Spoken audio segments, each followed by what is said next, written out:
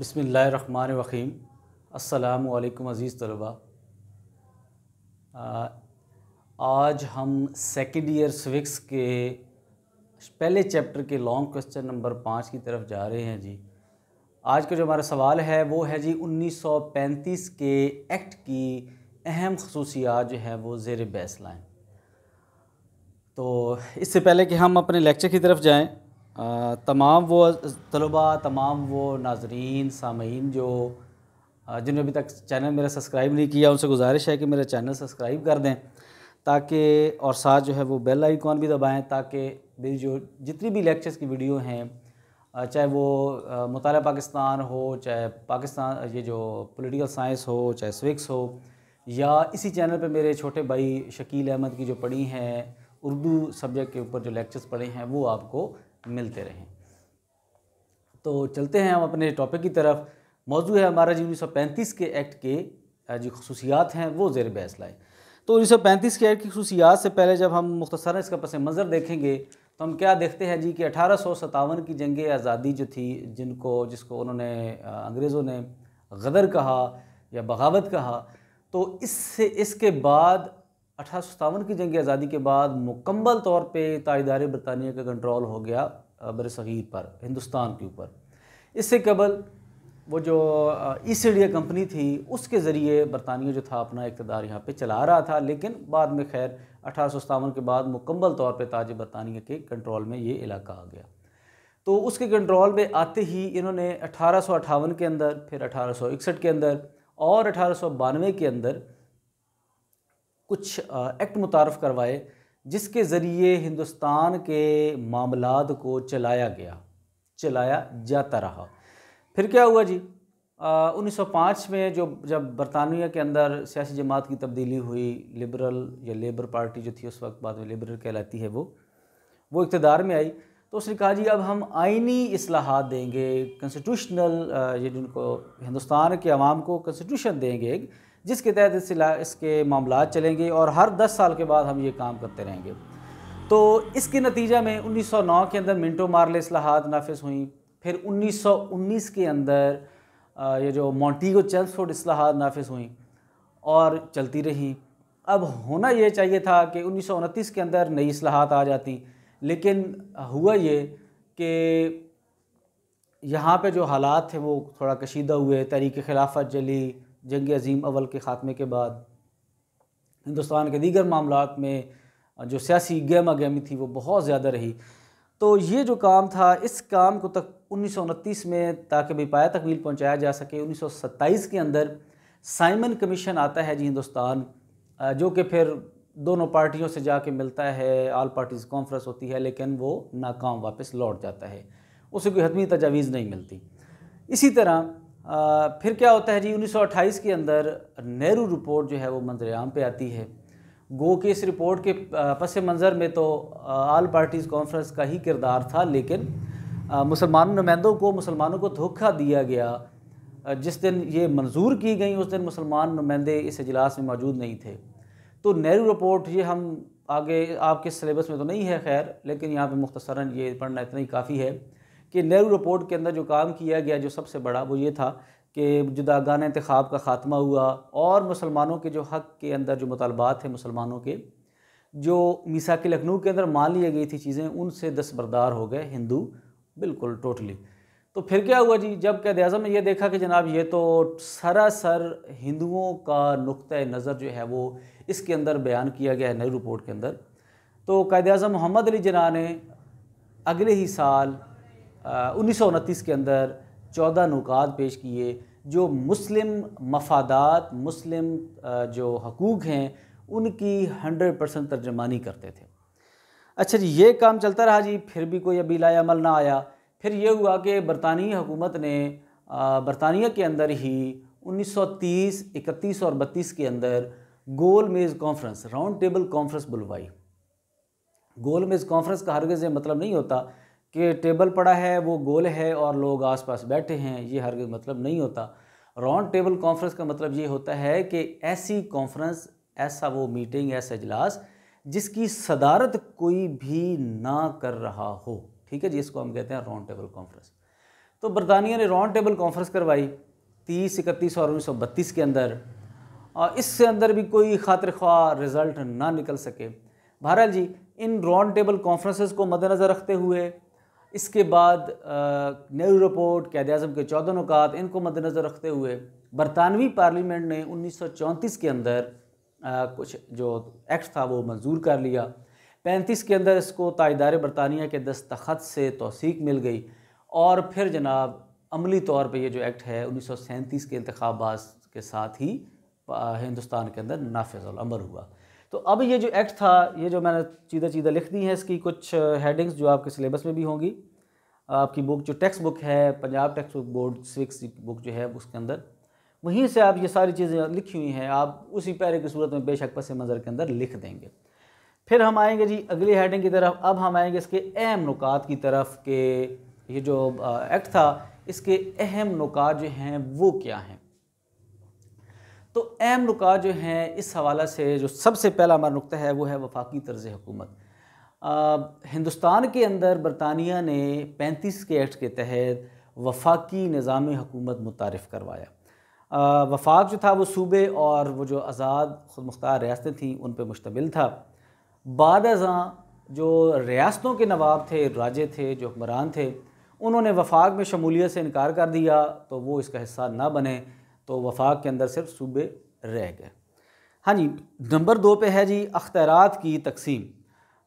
वफाक के अंदर मरकज़ी हुकूमत और सूबाई हुकूमतों के दरमियान अख्तियारात की तकसीम जो है वो 3 फ़हरिस्तों में अंजाम दी गई। नंबर 1 था जी वफाकी अमूर की फ़हरिस्त, दूसरा था सूबाई अमूर की फ़हरिस्त, और तीसरा था मुश्तरका अमूर की फ़हरिस्त। तो मुश्तरका अमूर की फ़हरिस्त का जहाँ तक ताल्लुक़ है, इसके हवाले से सूबे और मरकज़ दोनों आज़ाद थे, दोनों कानून साजी कर सकते थे। लेकिन एक बात याद रहे कि मरकज़ और सूबों के कानून के अंदर क्लैश आने की सूरत में, टकराव आने की सूरत में, मरकज़ का कानून जो था वो उसका पलड़ा भारी होता, उसको नाफिज किया जाता। फिर रही बात जी नंबर 1 वाली के वफाकी अमूर की फ़हरिस्त, उसके जो अहम महकमे थे उसके अंदर अमूर ख़ारजा, दिफा, करेंसी, रेलवे, तिजारत, मजहबी मामलात और कबायली अमूर शामिल थे। नंबर 2 पे सूबाई अमूर की फ़हरिस्त के अंदर ज़राअत, सनत, तालीम, सेहत, समाजी बहबूद, जेलें, पुलिस और रेवेन्यू इकट्ठा करने वाले महकमे शामिल थे। अच्छा जी, इसके बाद हम चलेंगे जी दो अमली निज़ाम, डियारकी या डियारची सिस्टम। हाँ जी, 2 अमली से मुराद दरअसल ये होता है जी कि हकूमती महकमों का अवाम के मुंतखब नुमाइंदों और गवर्नर या गवर्नर जनरल के नामज़दा नुमाइंदों के दरमियान तकसीम कर दिया जाना, इसको हम कहते हैं 2 अमली का निज़ाम। 1919 के अंदर 2 अमली का निज़ाम मुतारफ़ करवाया गया था जी 1919 के एक्ट में, और इसमें सूबाई और मरकज़ी दोनों सतह पे था। लेकिन 1935 के एक्ट के अंदर ये जो निज़ाम था ये सूबों से हटा दिया गया, मरकज़ में मौजूद रखा गया। इससे हुआ क्या जी, वो महकमे जो अवामी नुमाइंदों को मुंतकिल किए गए उनको ट्रांसफ़र सब्जेक्ट या मुंतकिला महकमे कहा गया, और जो महकमे गवर्नर के या गवर्नर जनरल के या उसके गवर्नर जनरल के नामज़दा नुमाइंदों के पास रहे उनको कहा गया रिज़र्व सब्जेक्ट्स या गैर मुंतकिला महकमे। ठीक है जी। अच्छा जी, इसके बाद है जी नंबर 4 पे गवर्नर जनरल के अख्तियारात जी। गवर्नर जनरल जो था ये डायरेक्ट ताजदार बरतानिया का नुमाइंदा होता था जी। ताजदार बरतानिया जो है गवर्नर जनरल की नामजदगी करता, उसको यहाँ पे हिंदुस्तान के अंदर भेजता। गवर्नर जनरल अपने काम करने के हवाले से इसकी एक इंतज़ामी कौंसल बनाई गई थी जी, और इस इंतज़ामी कौंसल के जो अरकान की अक्सरियत थी वो यहाँ पे जो तय की गई, मुतालबा दोनों जमातों का पहले ये रहा कि उसमें हिंदुस्तानी भी शामिल हों, लेकिन सारे ही अंग्रेज़ लोग थे, और अमूमन इसमें से जो 10 साल सर्विस करने वाले रिटायर्ड जो लोग होते हैं, बरतानी मुलाजमीन जो होते थे, सिविल मुलाजमीन, उनको इस इंतज़ामी कौंसल के अंदर लिया जाता था। मुख्तसरन ये है गवर्नर जनरल किसी को जवाबदेह नहीं था किसी हवाला से, हालांकि वो काम बहुत सारे कर सकता था। मिसाल के तौर पे वफाकी हुकूमत की मालियाती हैसियत को वो महफूज बनाना उसका फ़र्ज़ था जी। रियासतों के हुक्मरानों के हकूक़ का तहफ़्फ़ुज़ करना, अक़लियतों के हकूक़ का तहफ़्फ़ुज़ करना, सिविल मुलाजमतों से वाबस्ता अफराद का तहफ़्फ़ुज़ करना, बरतानिया की तिजारत जो है बरसगीर के साथ और अंग्रेज़ ताजर जो हैं उनकी हिफाजत और उनके तहफ़्फ़ुज़ की बंदोबस्त करना। इसके साथ साथ गवर्नर जनरल जो था वो काबीना में रद्द-बदल कर सकता था, वो दस्तूर को मुअत्तल कर सकता था, वो मुकन्ना का इजलास बुला भी सकता था और मुलतवी भी कर सकता था। वो ऑर्डिनेंस जारी कर सकता था, गवर्नर जनरल मुकन्ना के बनाए हुए किसी भी मसवदे को उसको मुस्तरद कर सकता था, वीटो कर सकता था। ये सारे अख्तियारात गवर्नर जनरल को हासिल थे। इसके बाद है जी नंबर 5 की हेडिंग है हमारी, वो है जी वज़ीर अमूर हिंद। ये जो वज़ीर था ये दरअसल बरतानिया की पार्लियामेंट का रुकन होता था और इसका काम ये होता था कि हिंदुस्तान के हवाले से जितने भी अमूर है उसको ज़ेर बहस लाए पार्लियामेंट के अंदर, पार्लियामेंट को आगाह करे हिंदुस्तान के मामलात से। तो ये जो वज़ीर अमूर हिंद का ओहदा था ये 1858 से ही वजूद में आ चुका था। 1935 के एक्ट के अंदर भी इसको बरकरार रखा गया और हाँ अलबत्ता इसकी जो इंडियन कौंसल थी उसको ख़त्म कर दिया गया और वज़ीर अमूर हिंद को मुशीर रखने की इजाज़त थी। ये जो मुशीर थे ये सारे के सारे तकरीबन बरतानवी शहरी थे और जिन्होंने कम से कम 10 साल हिंदुस्तान के अंदर बतौर सरकारी मुलाजिम सर्विस की हुई थी, उनको इसके अंदर लिया गया और इन मुशीरों की जो मियाद थी सर्विस की, वो देखिए मियाद थी वो 5 साल थी। अच्छा जी, इसके बाद है जी वफाकी मुकन्ना, नंबर 6 पे हमारी जो हेडिंग है। वफाकी मुकन्ना जो है वो 2 ऐवानी बनाई गई और इस मुकन्ना का सरबराह गवर्नर जनरल मुकर्रर किया गया। ये जो 2 ऐवानी मुकन्ना थी, पहली ऐवान बाला जो था उसका नाम था जी काउंसिल ऑफ स्टेट। इसके अरकान थे 260, 156 सूबों से लिए जाने थे और 104 रियासतों से नामज़द होके आने थे। रियासतों के वलियान जो थे, रियासतों के नवाब राजा वडेरे जो थे, उनके ज़रिए नामज़द होके आने थे। अब हुआ ये कि इन रियासतों के सरबराहान ने तो वफाक में शामिल होने से इनकार कर दिया, सो ये सारे के सारे नुमाइंदे फिर सूबों से लिए जाने लगे। इस काउंसिल ऑफ स्टेट की जो मियाद थी, ओहदे की मियाद वो थी 3 साल और हर साल 1/3 लोग रिटायर हो जाते और उनकी जगह नए लोग मुंतखब होके ऐवान में आ जाते।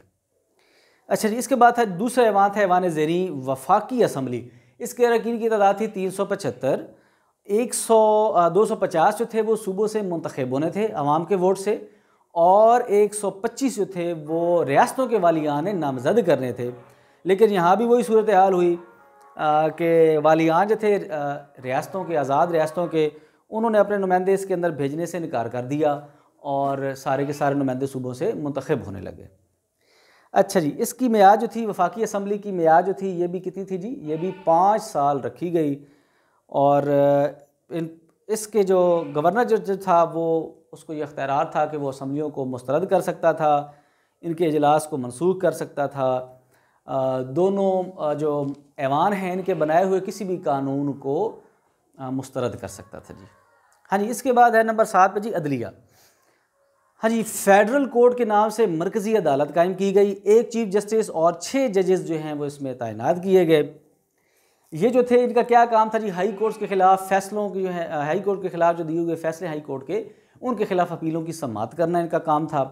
फिर इसके साथ साथ इसका क्या काम था जी, इसका काम यहाँ पे जितने भी रहने वाले जो अंग्रेज़ लोग हैं, इनके मामला जो थे यहाँ के जो जजों के पास ना जाते, वो बरतानवी जो जजेस होते हैं उनके पास जाते, उनके पास उनके मामला जाते।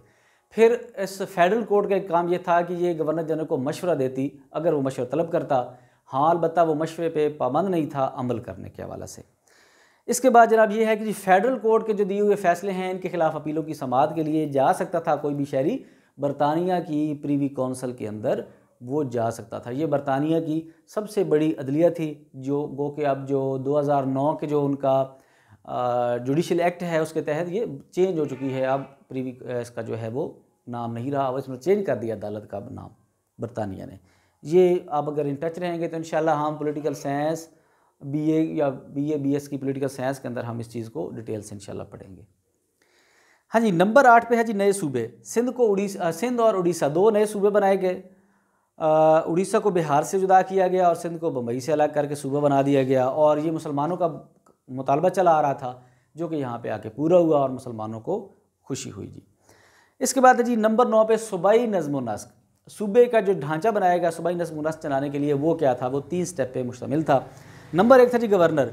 सूबे का सरबराह जो था वो गवर्नर होता और इस गवर्नर को गवर्नर जनरल नामज़द करता था, ठीक है जी। और इसके अलावा इसका क्या था जी कि गवर्नर को सूबे के अंदर वो तमाम अख्तियारात हासिल थे जो मरकज़ के अंदर गवर्नर जनरल को हासिल थे। सूबे के अंदर रहते हुए गवर्नर जो था वो अक़लियतों का तहफ़्फ़ुज़, सरकारी मुलाज़मों के हकूक़ का तहफ़्फ़ुज़, ऑर्डिनेंस निफाज करना, अमन व अमान का क़याम और इस तरह की दीगर ज़िम्मेदारियाँ, जबकि हंगामी हालात के अंदर इख्तियारात मज़ीद बढ़ जाते थे। हाँ जी, इसके बाद नंबर 2 पे है जी काबीना। सूबाई काबीना जो थी उन वज़रा पर मुश्तमिल होती जो कि अवाम के नुमाइंदे होते और गवर्नर के नामज़दा नुमाइंदे होते, दोनों पे मुश्तमिल होती। गवर्नर जब चाहता इन वज़रा को निकाल देता, जब चाहता किसी नए को रख लेता, इसको मुकम्मल अख्तियार हासिल था, ठीक है जी, अपनी काबीना में लेना और निकालना। और गवर्नर जो था वो किसी को जवाब दे नहीं था, जबकि तमाम वज़रा गवर्नर को जवाब देते। नंबर 3 सूबाई कानून साज असम्बली। हाँ जी, बिहार, यूपी, असम, मद्रास, बंगाल और बम्बई के अंदर 2 ऐवानी मुकर्रर रखी गई, जबकि पंजाब, सरहद, सिंध, उड़ीसा के अंदर 1 ऐवानी मुकर्रर रखी गई।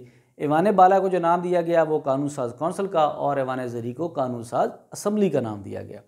इनके जो मियाद थी वो 3 साल रखी गई और हर एक साल बाद 1/3 लोग रिटायर हो जाते और उनकी जगह नए मुंतखब होके आते। इनके जो असम्बली के अरकान की जो तादाद थी वो तय नहीं की गई कि आया कितने असम्बली के मेंबर होंगे, ठीक है जी। अच्छा जी, इसके बाद नंबर 10 पे है जी जुदागाना इंतखाबात। मुसलमानों का ये जो मुतालबा है, बड़ा कदीम मुतालबा सर सैयद अहमद ख़ान की ज़िंदगी से लेके, तो ये मुतालबा जो है 1909 में कबूल किया गया, मान लिया गया हुकूमत की तरफ से। 1919 में भी उसी तरह मौजूद रहा एक्ट के अंदर और 1935 के एक्ट के अंदर भी इसको उसी तरह नाफिज़ुल अमल रखा गया। ये मुसलमानों के लिए खुशाइंद बात थी। मुसलमानों के लिए अलग से नशस्तें मखसूस होती और मुसलमान वोटर सिर्फ मुसलमान नुमाइंदों को ही वोट देता और मुस्लिम नशस्तों पर सिर्फ मुसलमान ही इलेक्शन लड़ता। हाँ जी, नंबर इसके बाद आ गया जी नंबर 11 जी। नंबर 11 पे है जी सूबाई खुद मुख्तारी। थी तो नाम की, लेकिन बहरहाल इसमें कहा गया कि सूबों को खुद मुख्तारी दी गई है।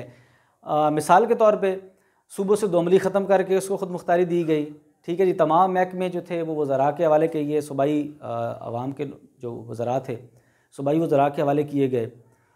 अच्छा जी, सूबाई इंतज़ामिया को इख्तियार कुछ दिए गए। कानून साज असम्बली को इंतज़ामिया यानी कि काबीना के अरकान से सवाल पूछने की इजाज़त दी गई और पार्लिमानी अंदाज में काबीना जो था, काबीना पे अब सूबाई वज़रा का या सूबाई नुमाइंदों का कंट्रोल था।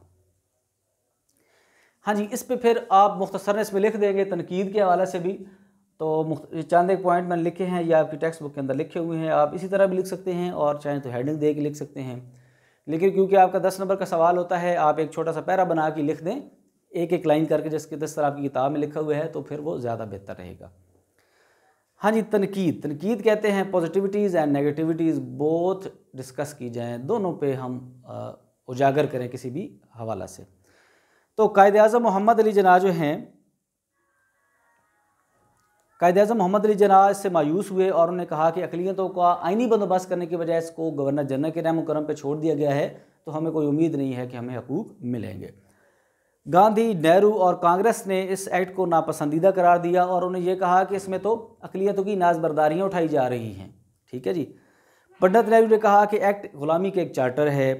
मदन मोहन मौलविया ने कहा कि 1935 का एक्ट बज़ाहिर जमहूरी लेकिन अंदर से खोखला है। इसी तरह गवर्नर जनरल को मरकज़ और सूबों में गवर्नर्स को हक़ इस्तदा जो दिया गया, इससे ये तय हुआ कि मुकन्ना जो है वो कुछ भी नहीं कर सकती। मुकन्ना जो करती सूबों के अंदर गवर्नर और मरकज़ में गवर्नर जनरल को मुस्तरद कर देता। हाँ जी, लास्ट के अंदर जो हमारी हेडिंग है इसके हवाले से वो है जी, ये जो पॉइंट आप लिखेंगे वो ये है कि रियासतों ने वफाक में शामिल होने से इनकार किया था, हालांकि ये वो रियासतें थीं जिन्होंने गोल मेज़ कॉन्फ्रेंस के दौरान जिनके वलियान ने इसके अंदर वफाक के अंदर और वफाक का हिस्सा बनने का इरादा किया था, लेकिन बाद में वो इससे इनकारी हो गए। तो अज़ीज़ तलबा, कल ईद है इंशाल्लाह पाकिस्तान में, और मेरी तरफ से, मेरे छोटे भाई की तरफ से शकील अहमद जो कि उर्दू के लेक्चर देता है, आप सबको ईद मुबारक। और इंशाल्लाह अब आपसे ईद के बाद मुलाकात होगी। तब तक के लिए अपना ख्याल रखें, इन टच रहें, सब्सक्राइब करें, बेल आइकॉन दबाएं ताकि आप तक भी लेक्चर पहुंचते रहें, नोटिस उसके, और मुझे भी इससे आने वाले वक्त में फ़ायदा हो। जज़ाकल्लाह। अस्सलामु अलैकुम।